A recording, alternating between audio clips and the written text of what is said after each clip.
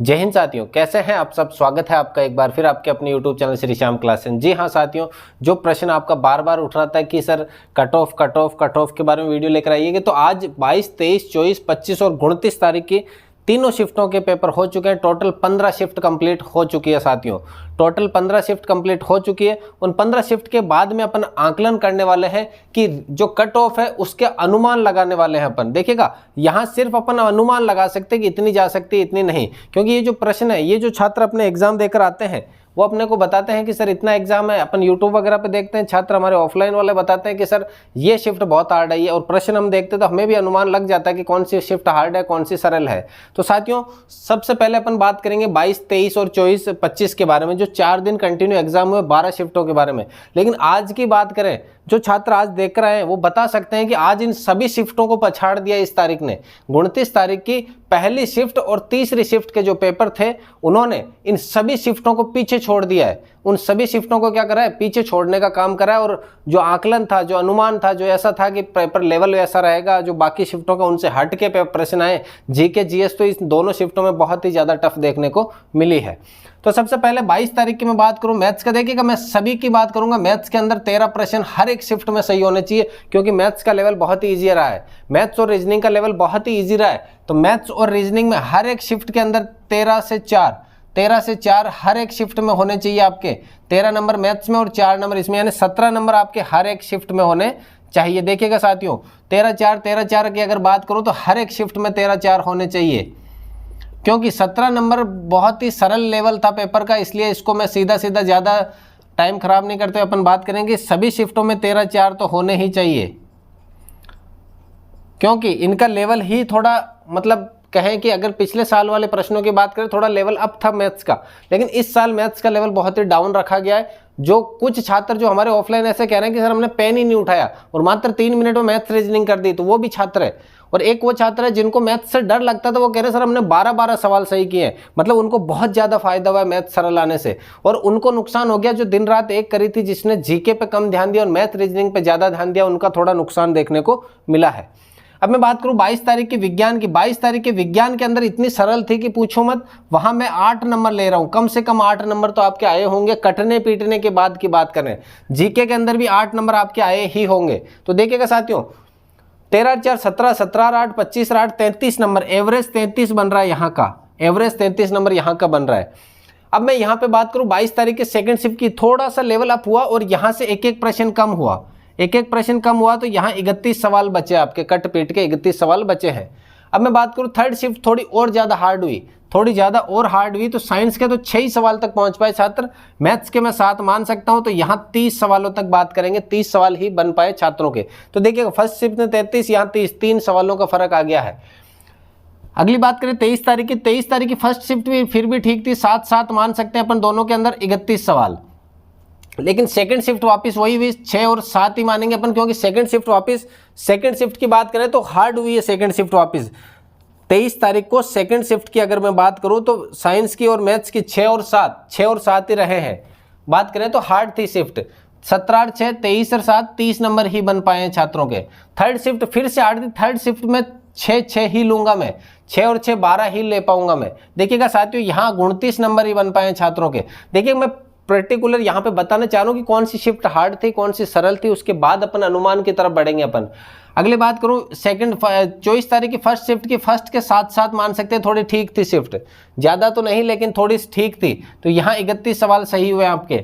Second shift होते होते फिर वही देखने को मिला अपन को। यहाँ साइंस के थोड़ा सा ईजी था पोर्शन, साइंस का पोर्शन थोड़ा सा ईजी था, लेकिन यहाँ अगर जीके की बात करूँ तो जीके का पोर्शन थोड़ा टफ था। इस वजह से यहाँ पे भी कितने बने आपके, 30 बने। 7 और 6 13, 13 13 26 और 4 30।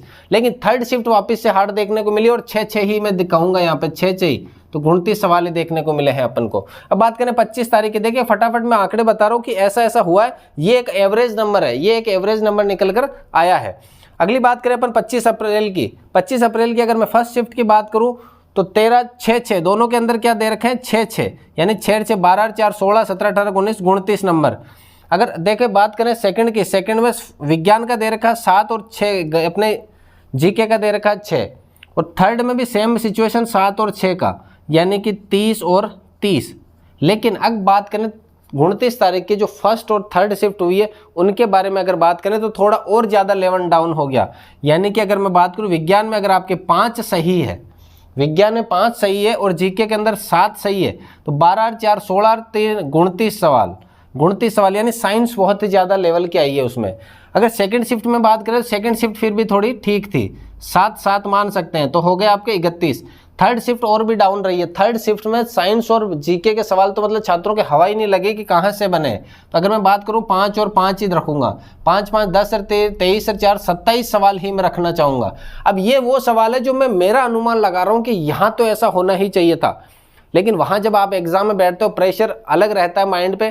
तो ये तो मैंने अपने लिए बनाई है कि इतने इतने नंबर आपके होने चाहिए थे। अब आपके 100% है कि हर एक शिफ्ट में 2 से 3 सवाल माइनस हुए होंगे। 2 से 3 सवाल अगर माइनस करें तो आप देखिएगा 30 31 30 31 29 30 31 30 31 30 31 29। अगर मैं 2 कम करूँ तो 30 एवरेज मानूँ तो 28 पे पहुँचती है, 3 कम करूँ तो 27 पे पहुँचती है। तो मान के चले सेफ स्कोर है कि ये जो बात कर रहे हैं अपन, ये है आपका 28 और 27। 28 और 27 अगर सवाल सही है आपके प्रत्येक शिफ्ट की मैं बात कर रहा हूं, अभी नॉर्मलाइजेशन के बारे में भी बात करेंगे, लेकिन अगर आपके 28 27 चाहे हार्ड से हार्ड शिफ्ट है चाहे सरल से सरल शिफ्ट है, अगर 28 से 27 सवाल सही है तो आप रेस में सबसे आगे हो। आप फिजिकल की तैयारी कर सकते हो। फिजिकल की भी किस प्रकार से कितने नंबरों पर किस प्रकार से 100 नंबर की करेगा 88 की करे वो भी बताने वाला हूं।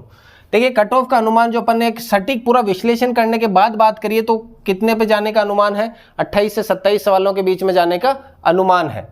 अगर मैं बात करूं नॉर्मलाइजेशन की बात करें तो छात्रों पूरी संभावना है नॉर्मलाइजेशन हो गया होगा। देखिएगा 33 29 यहाँ 27 और 33 के बीच में देखो फर्स्ट शिफ्ट 33 लास्ट 27, 6 प्रश्नों का यानी 12 अंकों का फासला है। 12 अंकों का फासला उसे कवर करने के लिए 100% नॉर्मलाइजेशन होगा ही होगा।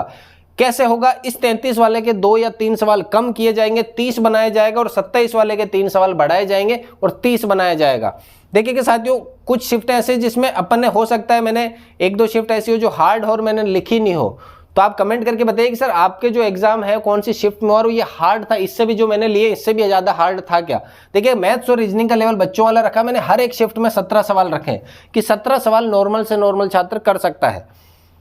रीजनिंग में 1 गलत और मैथ्स के 2 गलत, बाकी सब में देखो कितने गलत है, लगभग 50% तक गलत हो रहे सवाल।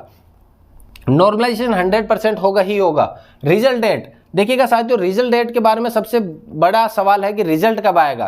तो रिजल्ट डेट के बारे में मैं बताना चाहूँगा, पिछले साल की तुलना में करें अपन तो उसके अकॉर्डिंग तो 25 मई से आपके 30 मई के बीच में आने की पूरी संभावना है। 25 से 31 मान लो लास्ट हफ्ता जो है उसमें रिजल्ट आने की प्रबल संभावना है। फिजिकल डेट की बात करें तो इसके जब रिजल्ट आएगा उसके 20 से 25 दिनों के बाद, 20 से 25 दिनों का मतलब हो गया 20 से 25 जून के मध्य इसकी फिजिकल डेट आने की प्रबल संभावना है।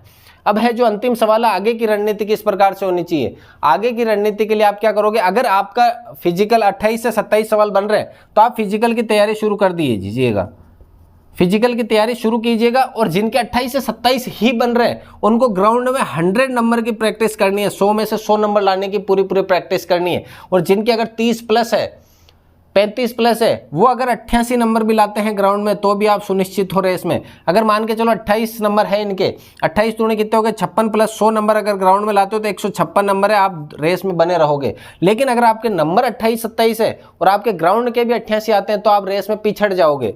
तो साथियों अगर 88 है और ग्राउंड में आपके एग्जाम में अगर मान के चलो कितने आते हैं सॉरी, अगर एग्जाम की बात करें तो यहाँ लगभग 70 कब आएंगे, जब 35 सवाल सही होंगे तब आपके 158 बन सकते हैं और आप रेस में आगे रह सकते हैं। देखिएगा यहाँ पे अगर आप एग्जाम में पीछे रह रहे हो तो आपको फिजिकल में मेहनत करनी होगी, और अगर एग्जाम में आगे हो तो फिजिकल अगर थोड़ा बहुत अगर 88 भी बनते हैं तो आप रेस में सबसे आगे रहोगे। तो ये साथियों था अपना एक अनुमान कट ऑफ के बारे में। मैं कह रहा हूँ 27 से 28 सवाल अगर जिसके सही है, और हो सकता है कट ऑफ आपको इससे कम ही देखने को मिले, 25-26 सवालों तक देखने को मिल जाए, लेकिन 28 से ऊपर देखने को नहीं मिलेगी। तो साथियों ये था आज का अपना कट ऑफ का अनुमान।